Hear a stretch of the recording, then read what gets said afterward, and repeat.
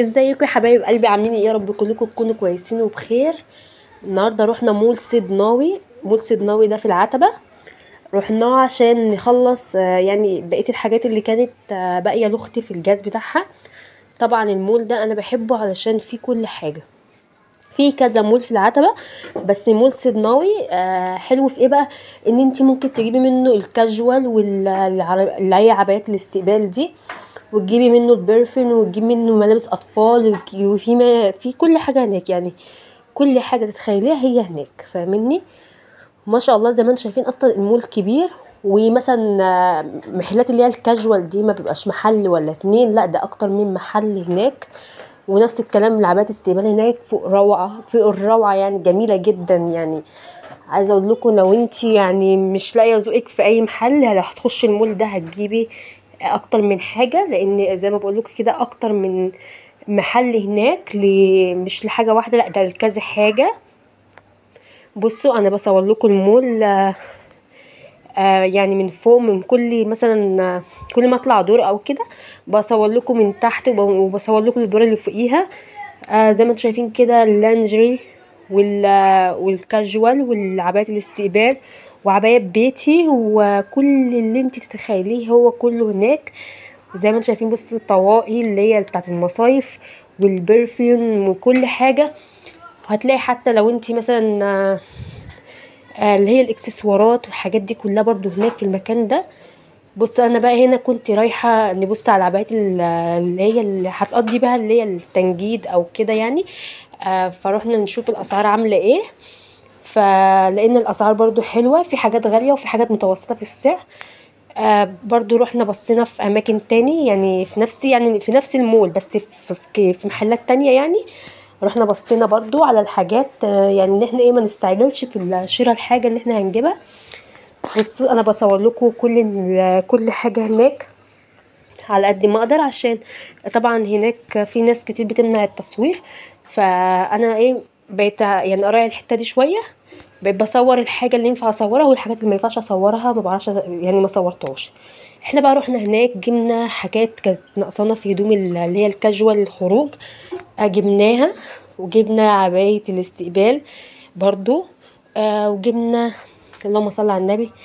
جبنا حاجتنا الباقية من هناك. بس انا عايزه اقولك هناك المول اسعاره جميله جدا. يعني انتي بدل ما تجيبي الحاجه من عند البيت وكده بيكون سعرها عالي جدا، لا انا جبتها بقى من هناك سعرها مناسب جدا. بس فعايزه اقول لكم بقى ان انا كمان وانا هناك بص انا بصور لكم اللي هي لعبات الاستقبال اهو. بص عامله ازاي، حاجات جميله جدا وفي منتهى الشياكه.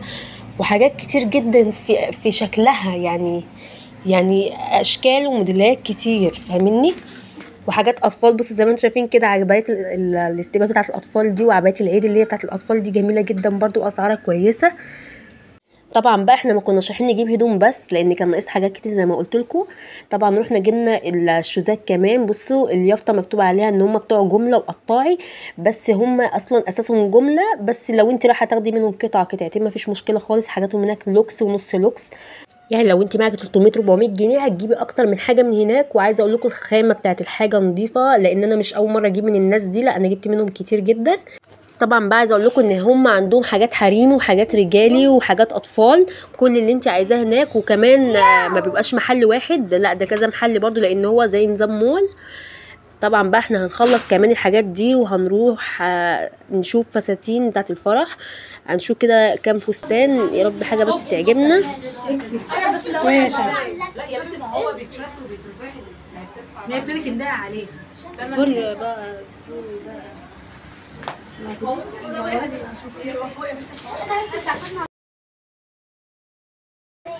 في الاستاذ وهي حنين انتوا مش عايزين تفرجونا ولا بتجازوا؟ تعالي لا خشي اوعي يا سلمى. انا موطي شويه. شكلها حلو. وريني يا باشا. هو لما حد يجي لي الراجل اطلع لكم اللي انتوا عايزينه. وقال حاجه كنا عاوز يضيق.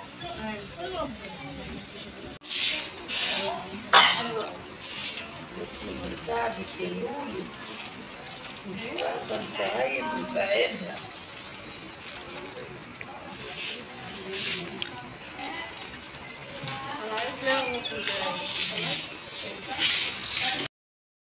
واحنا وخلصنا النهارده. كان عايزه اقول لكم اليوم كان متعب جدا جدا. روحنا بقى، فراحت امي مطلعنا كده، كانت ده فرخه دي ومش عارفه نص فرخه، مش عارفه يعني. المهم طلعناها سلقناها وخدنا شربتها وعملنا ايه عليها الملوخيه والرز زي ما انتوا هتشوفوا كده. الفراخ اهي كده سلقناها اهي، هنطلعها من الشوربه. وبعد كده بقى ايه هنعمل دلوقتي ايه شويه الرز الحلوين الجمال دول سخنين، وهنعمل بقى الملوخيه بتاعتنا الجميله سريع سريع كده. المهم ناكل، عشان انا عايزه اقول لكم ان احنا النهارده كنا جعانين جدا جدا جدا، يعني قضيناها شيبسيهات وبزيهات وكلام من ده، بس ايه ما شبعناش، يعني حاجات كلها ترفيهيه مش بتشبع. طبعا بقى احنا في فستان كده من الفساتين عجبتنا، لان احنا كنا كل ما نروح نسال على الفستان يقولوا لنا ايه ده محجوز قبل العيد، محجوز بعد العيد. فكان الحجز كان صعب شويه ان احنا ايه ان احنا نختار حاجه معينه يعني تناسب الميعاد بتاعنا. بس احنا الحمد لله اخترنا فستان، وكده هيبقى ناقصنا الكوافير ان شاء الله. ما تنسوش اهم حاجه تكتبوا لنا في الكومنتات ربنا ييسر الحال ويتمم لها على خير هي واللي زيها. قولوا امين يا رب العالمين.